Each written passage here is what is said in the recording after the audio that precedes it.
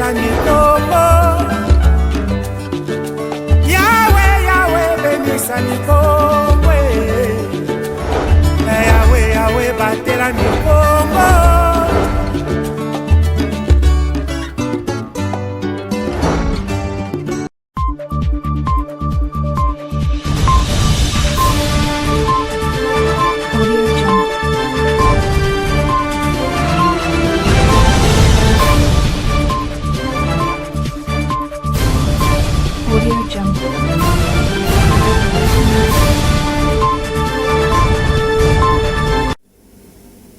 Vous informer, c'est notre devoir. Messieurs et dames, bienvenue à cette édition du journal sur les antennes de Ecopolis RTV.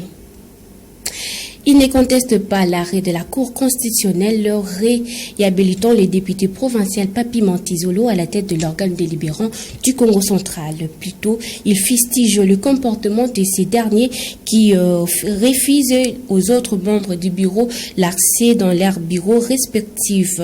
Pour ce faire, ce collectif de députés provinciaux a adressé un mémo au vice-premier ministre en charge de l'Intérieur, Jacquemin Chabani. Il a été lu ce jeudi 14 mai 2026 par le député provincial Élie de Lukula, Guilhem Panzou. L'arrêt Air Cost 2629 ne dit pas que les autres membres ont été démis de leurs fonctions, a-t-il conclu. Je vous propose l'extrait de la déclaration lue par le député provincial Guilhem Panzou. Suivez. Au moment où notre nation fait face à de multiples défis sécuritaires, économiques et sociaux, le peuple congolais attend de ces institutions davantage de rigueur, de justice, de transparence et de redevabilité dans la gestion des ressources publiques. Malheureusement, les événements récents observés au Congo central donnent l'impression inquiétante d'un recul des principes fondamentaux de bonne gouvernance et d'instrumentalisation des institutions judiciaires et politiques au profit d'intérêts particuliers. Face à cette situation, notre silence deviendrait une forme de complicité. C'est pourquoi, mis par notre devoir constitutionnel de représentation du peuple et de défense des intérêts de notre province, nous exprimons notre profonde indignation devant les manœuvres observées autour des poursuites engagées contre certaines autorités provinciales citées dans des dossiers graves de détournement des deniers publics. À titre d'exemple, 1. L'honorable Montezolo Diatezo Papi est poursuivi devant le parquet général près de la Cour de cassation pour détournement des deniers publics, un crime qui saigne profondément les finances de l'État et prive la population des moyens nécessaires à son développement. 2. Il a été arrêté en pleine tentative de fuite alors qu'il cherchait clandestinement à traverser vers Brazzaville, relevant ainsi une volonté manifeste d'échapper à la justice de notre pays. 3. Malgré ces faits particulièrement accablants, la Cour constitutionnelle l'a réhabilité alors qu'un réquisitoire documenté met en cause le gouverneur des provinces. 4. Plus grave encore, son installation est intervenue dans des conditions irrégulières et controversées. L'UIC ayant procédé à cette opération sans disposer d'un ordre de mission régulier émanant de la Cour constitutionnelle, défiant ainsi les exigences minimales de la légalité et des procédures. 5. Dès sa réinstallation, sa première déclaration publique a suscité une vive indignation. Il a annoncé sa volonté de faire voter un moratoire visant à protéger le gouverneur, alors même que ce dernier fait l'objet de lourdes accusations soutenues par plusieurs éléments de preuve.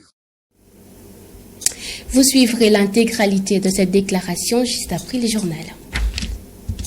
Dans le territoire de Mbanza-Ngungu, le commandant des opérations de la police nationale congolaise, le colonel Jean-Louis Liyongo, a présidé une réunion avec les forces vives le mercredi 13 mai 2026. L'insécurité persistante dans cette partie du Congo central a fait l'objet de cette entrevue. Les détails dans ses commentaires.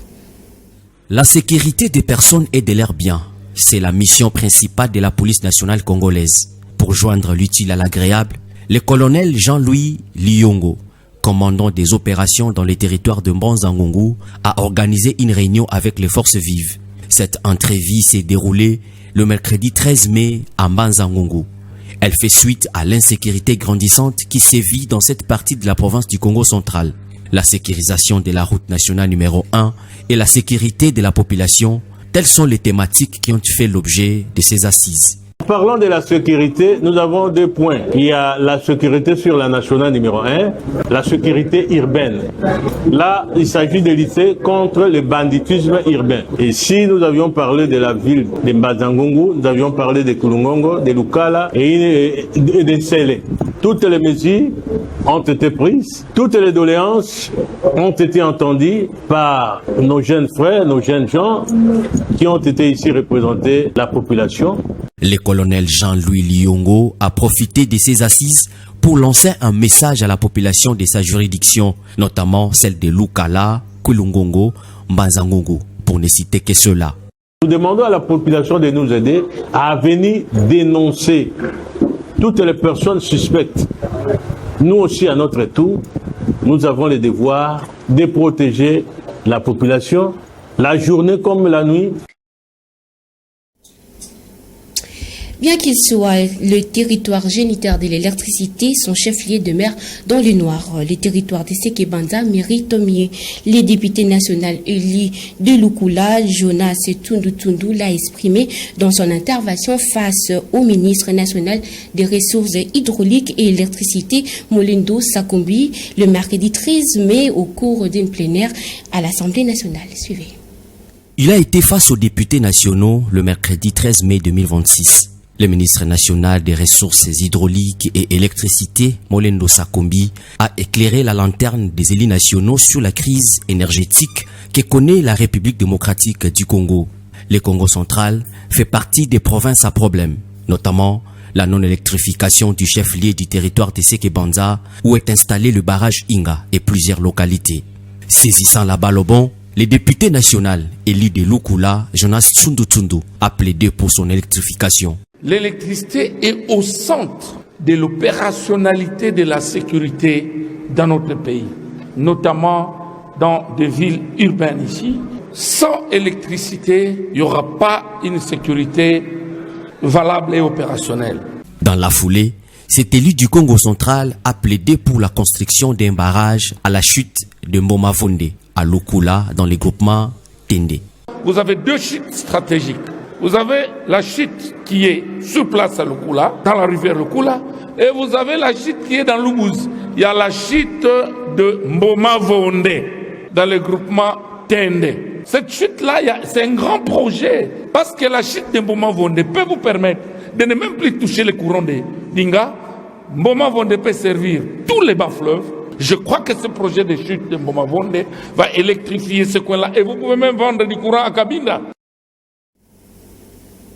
Changeons de chapitre dans cette session d'information. Elle a été face à la presse le mercredi 13 mai 2026 à Kinshasa. La Cour de compte a dénoncé plusieurs cas présumés de détournement de finances publiques au sein du gouvernement central, de l'exécutif provinciaux ainsi que dans certaines entreprises publiques, parmi lesquelles on note de dépenses sans justificatif et de violations budgétaires. Parmi les provinces citées, le Congo central fait partie de la liste. Le procureur général près cette cour, Guy Moulumba, a annoncé des audiences publiques dans un avenir proche. Suivez. Le redevable, c'est le comptable, parce que c'est lui qui manipule les fonds. La loi a fait de lui, la loi a fait du comptable responsable personnellement et pécuniairement. Et il le fait à travers les formats qu'on appelle les comptes de gestion et de comptabilité mensuelle qu'on pose au début de chaque semestre à la Cour des comptes.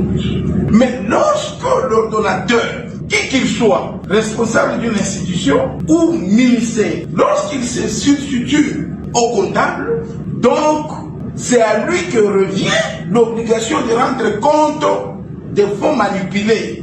Aujourd'hui, c'est ce qu'on appelle d'ailleurs, on appelle ça pratique maison.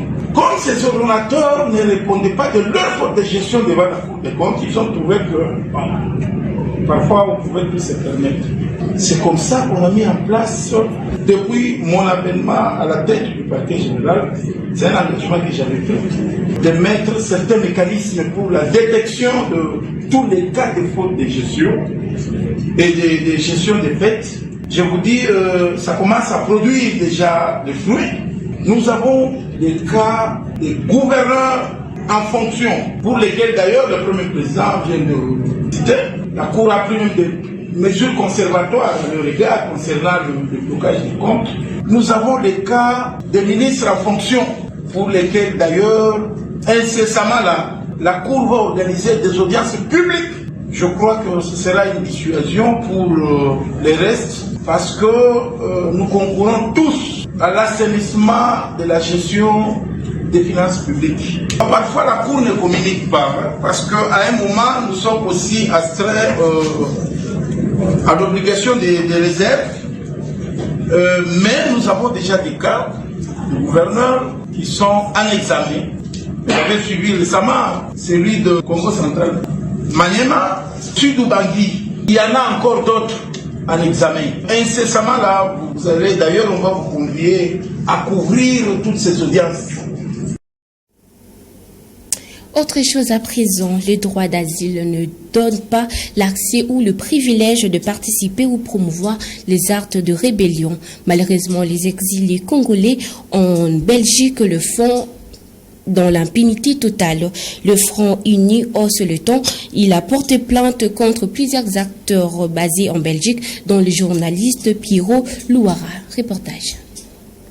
Se constituant en partie civile devant un juge d'instruction belge, le Front Uni pour la RDC annonce des plaintes contre plusieurs figures de l'opposition congolaise. Lors d'un point de presse à Bruxelles, l'organisation représentée par son avocat belge, Maître Laurent Kennes, a indiqué viser initialement Claude Perrault-Louara et Jean-Jacques Mamba, Franck Diongo et autres. Le Front Uni pour la RDC reproche aux personnes citées des faits de provocation à la commission d'un crime de guerre ou d'un crime contre l'humanité, d'apologie et de soutien à un mouvement terroriste, d'incitation à la haine tribale, ainsi que des faits, des diffamations, de calomnies et d'injures. Ce sont des actes extrêmement importants et des plaintes qui vont nécessiter qu'il y ait par la suite une enquête pénale sur les territoires belges pour déterminer les actes posés par ces personnes. Les propos que nous avons pu répercuter, qu'on a retrouvés, qu'ils ont tenus de manière publique, sont des appels à la violence, des appels au terrorisme et non pas seulement de la calomnie ou de la diffamation.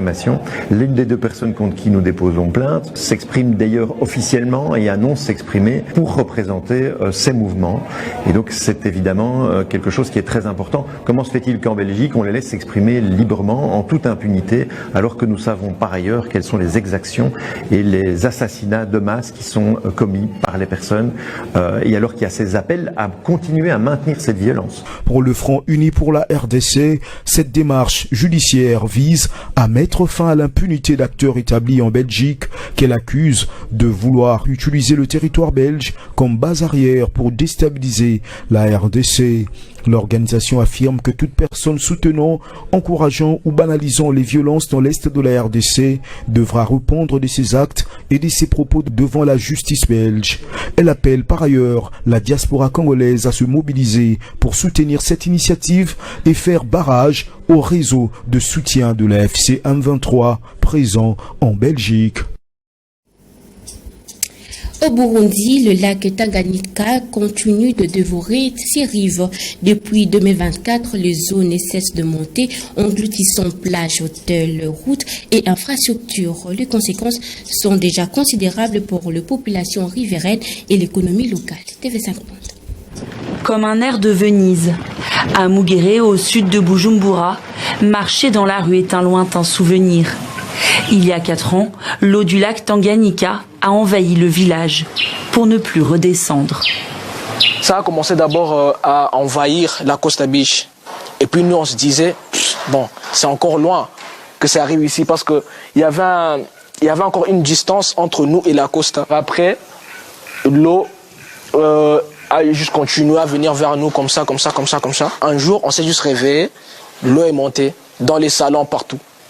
L'eau juste comme ça, c'est comme de la magie. Pendant 2 ans, la famille loue un logement, le temps que le niveau baisse. Mais ce jour n'arrive pas et l'argent vient à manquer. Une seule option leur reste, se replier au premier étage de leur maison inondée. On a essayé encore de revenir, ça nous poussait. Donc, c'était un combat. Un combat, là, on se disait que ça va aller, mais ça va pas en fait. On a beaucoup dépensé sur ça. L'eau daignera-t-elle se retirer? Les habitants de Mugere attendent toujours. Tout comme ceux de Taangwa, une autre commune située plus au nord, elle aussi dévastée. Partout, c'était des habitations, mais les occupants ont fui suite à la montée des eaux. Là-bas, il y avait un bar appelé Ange Beach. Ici, c'était le bar Kumase. Ça a été touché par ces inondations. Ceux qui sont restés vivent dans la peur, celle d'être surpris dans leur sommeil par la prochaine montée des flots. Un phénomène en partie lié au rétrécissement de l'exutoire naturel du lac, la rivière Lukuga. Les causes sont multiples, mais nous mettons en avant la pollution avec les déchets de toute nature, surtout les plastiques. La seule sortie du lac Tanganyika, c'est la rivière Lukuga, maintenant qui est complètement bloquée, bouchée. Pourquoi? À cause de la sédimentation. Donc les eaux du lac Tanganyika ne coulent plus vers le fleuve Congo et puis vers l'océan Atlantique. En 2024, des pluies diluviennes avaient fait près de 100 000 déplacés et de nombreux morts dans les localités riveraines du lac. C'est par ici que nous mettons fin à ces sessions d'information. Messieurs et dames, merci de votre attention soutenue et bonne suite de nos programmes sur les antennes de Ecopolis RTV. Au revoir.